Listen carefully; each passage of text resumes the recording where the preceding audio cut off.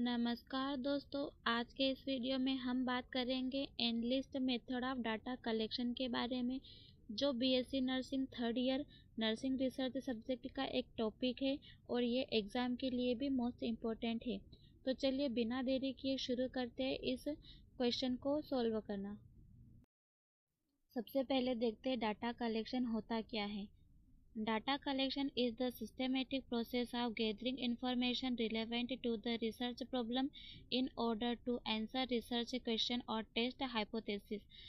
इसका मतलब होता है डाटा कलेक्शन एक ऐसी व्यवस्थित प्रक्रिया होती है जो कि इंफॉर्मेशन को कलेक्ट करती है, जो रिसर्च से जुड़ी हुई प्रॉब्लम को सॉल्व करने के लिए आंसर्स को कलेक्ट करने का प्रयास करती है, उसी को डाटा कलेक्शन कहा जाता है। अब देखते हैं इसके कुछ type. Method of data collection are broadly classified into two main types. Data collection की मेथड को दो भागों में बांटा गया है। पहला है प्राइमरी डाटा कलेक्शन, अन्य प्राथमिक डाटा कलेक्शन। अब इसका मतलब होता क्या है। Primary data are collected directly from the subject for the first time by researcher. इसका मतलब होता है प्राइमरी डाटा वो डाटा होता है जो रिसर्चर खुद डायरेक्टली रिस्पॉन्स या फिर सब्जेक्ट से पहली बार कलेक्ट करता है। ये डाटा ओरिजिनल और फर्स्ट हैंड होता है। अब इसके भी कुछ टाइप्स है। इसका पहला टाइप है ऑब्जर्वेशनल मेथड। ऑब्जर्वेशनल मेथड क्या होती है। Data are collected by watching behaviour events. Data हम किस तरह से कलेक्ट कर सकते हैं। इसमें मेन रिसर्चर सब्जेक्ट के बिहेवियर, एक्टिविटी या इवेंट्स को डायरेक्ट ही ऑब्जर्व करता है। दूसरा है स्ट्रक्चर्ड ऑब्जर्व। उसका बिहेवियर, उसका आकार किस प्रकार से उसको ऑब्जर्व करता है। दूसरा अनस्ट्रक्चर ऑब्जर्व, मतलब कि उसका किस तरह से उसका पहलू है उसको ऑब्जर्व करके डाटा कलेक्ट किया जाता है। दूसरा इसका टाइप है इंटरव्यू मेथड। इंटरव्यू मेथड से मतलब होता है कि data are collected through face to face और वर्बल इंटरेक्शन। मतलब इसमें हम डाटा को किसी के थ्रू और फेस टू फेस बात करके या फिर वर्बलाइजेशन के थ्रू कलेक्ट कर सकते हैं। इसमें हम structure interview, semi structure interview और अनस्ट्रक्चर इंटरव्यू को कलेक्ट करते हैं। फिर प्राइमरी डाटा कलेक्शन का तीसरा टाइप है questionnaire. A written set of questionnaire answered by the respondent, open ended question और close ended question.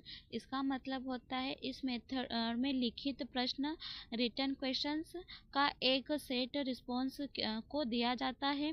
For example nursing student से स्ट्रेस लेवल पर क्वेश्चनरी भरवाना। ठीक है। अब दूसरा है फोर्थ है हमारा रेटिंग स्केल्स।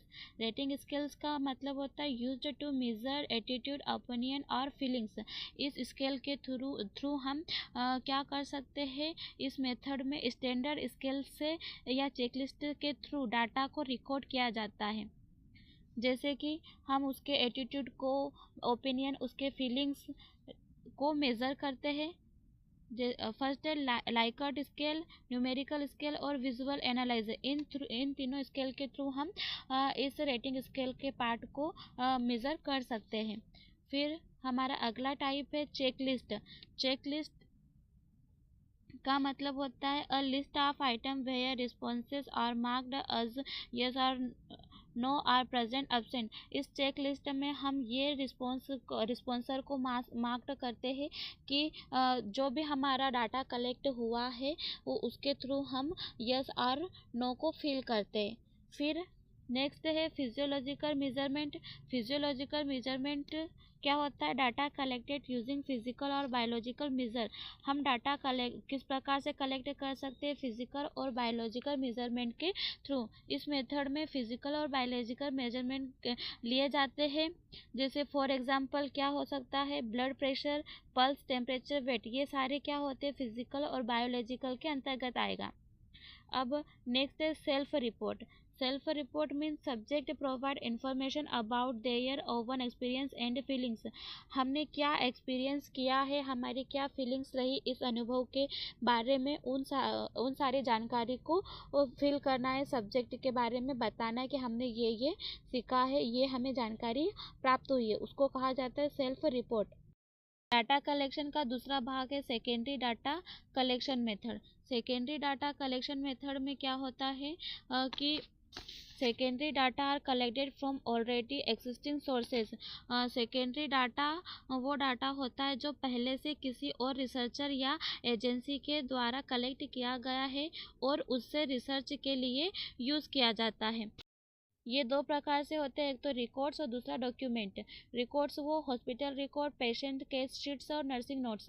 यदि किसी पहले रिसर्चर ने किसी टॉपिक पे रिसर्च कर लिया है तो उसके द्वारा जो रिकॉर्ड्स बनाए गए हैं उन रिकॉर्ड्स को हम फिर से स्टडी करके हमारा रिसर्च कर सकते हैं। और डॉक्यूमेंट के थ्रू कैसे, census report, government publication, research report और बुक्स एंड जर्नल्स, इन सब के माध्यम से भी हम हमारा रिसर्च फिर से शुरू कर सकते हैं।